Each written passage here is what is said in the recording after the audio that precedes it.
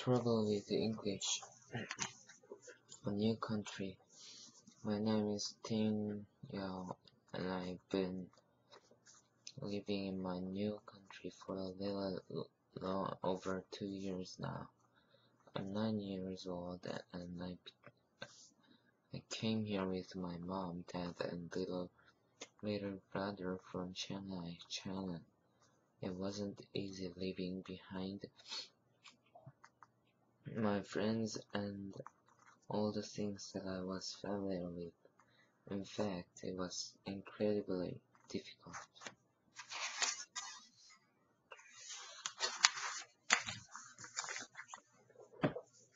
Shanghai is the biggest city in China. It's both very modern and very old.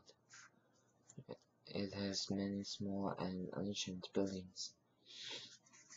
It's sandwiched between sparkling new buildings that reach high into the sky.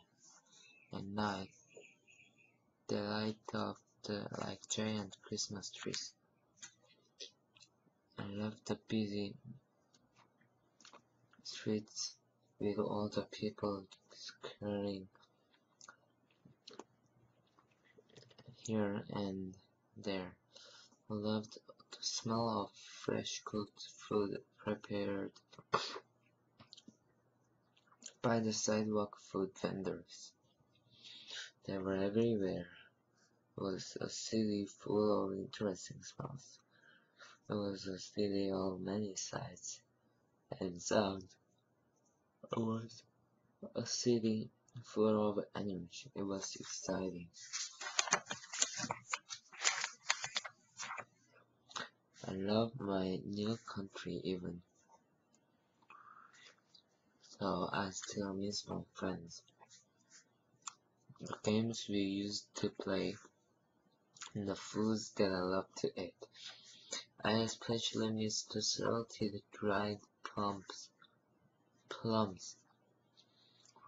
They were my favorite snack food, a mixture of sweetness and saltiness. They were much better than the sweet candy and chocolate eaten by my friends here in my country.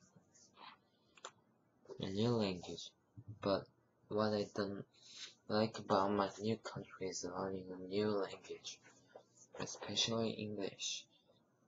Everyone told me that English should be hard to learn, but for some reason I refused to believe them. Besides, I had learned to speak Mandarin, and it is a hard language. I didn't think English could be any harder, but I soon learned that I was wrong and that they were right. English is hard. Sometimes it just doesn't make sense.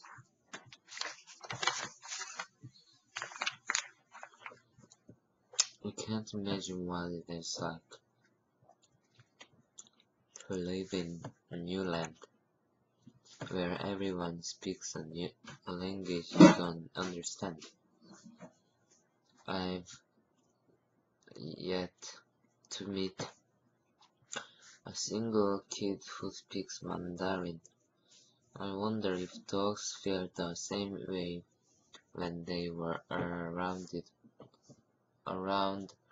a bunch of humans who don't speak dog.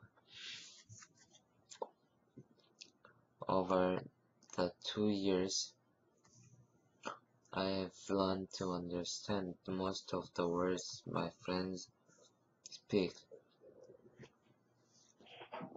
but I still get confused now and then.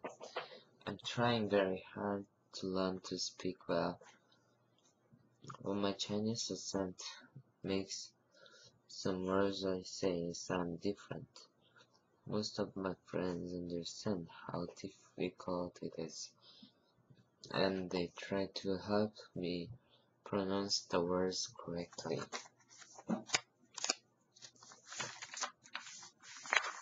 but some kids just plain mean, or just plain mean. They love to make fun of the way I say certain words. They say I make an R sound as it is an L. I probably do, but hey, I'm still learning how to speak English. I wonder how they would feel if they were in China and trying to speak Mandarin. They taunt me and say things like, "There goes the girl who writes fill the lies." I don't find it very funny. Rex fried rice. I don't find it very funny, and most of my friends don't either. They tell me that I should just ignore the mean kids, but that is easier said than done. Weird expressions. It is not just pronouncing words that causes me trouble. Sometimes it's very hard to understand what it meant by what someone says.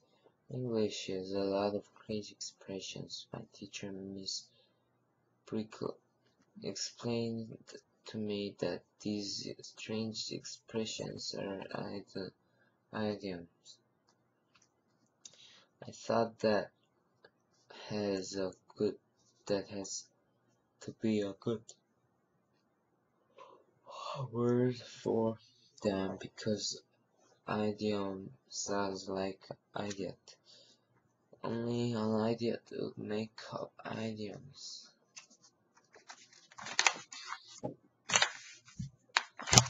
Let me give you some examples, and then maybe you can understand why you get so confused at time.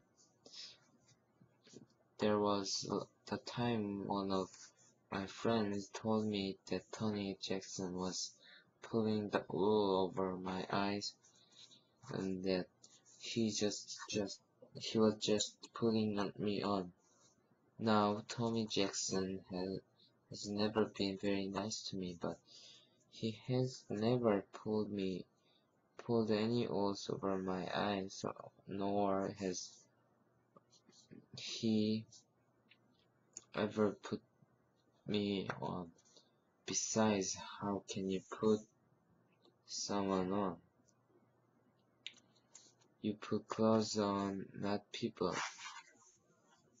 Then there was the time our teacher, Miss Brickle, yelled out, "Hold everything, pull yourselves together, don't get carried away, stop beating around the bush and get on with it."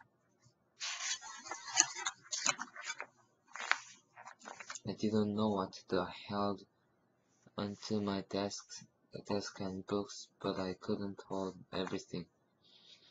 I got to pull together with the others in class, but no one else got up, and I didn't see anyone being carried away, so I'm not sure what that was all about. And I certainly wasn't beating around the bush. There wasn't even a bush in sight. For a moment I thought maybe Miss Brickle had gone a bit crazy. Reading and writing. Sometimes I think it would be okay if all I had to do was learn to speak English, but I am in school and they are teaching reading and writing, and of course they are teaching it in English. Now, if you think speaking English is hard for someone new to this country, you should try reading it. At first, it seemed nearly impossible.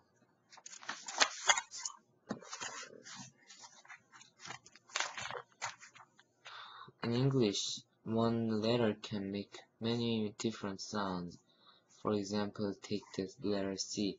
If C is the first letter of a word like cat, it makes a different sound than when it is the first letter of a word like circus. And think about G. It is the first letter of a word like gate. It makes a different sound than when it is the first letter of a word like giant. How's a person supposed to keep all of this straight?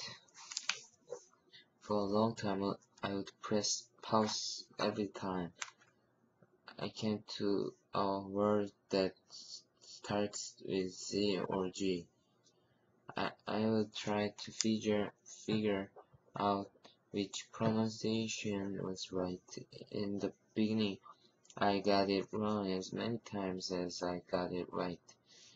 But in time, I began to memorize the pronunciation of the C and G words. That was easier than trying to figure out why one word was different from another. And there were the double letters. What a pain they were. When I read words like happy and apple, it sounds like I was starting. My teacher said when there are two of the same letters next to each other in a word, one of them is silent. She said that I should just ignore one of the letters. So I asked, why put two of the same letters together in the first place? It just confuses people like me who are trying to learn to read and spell in English.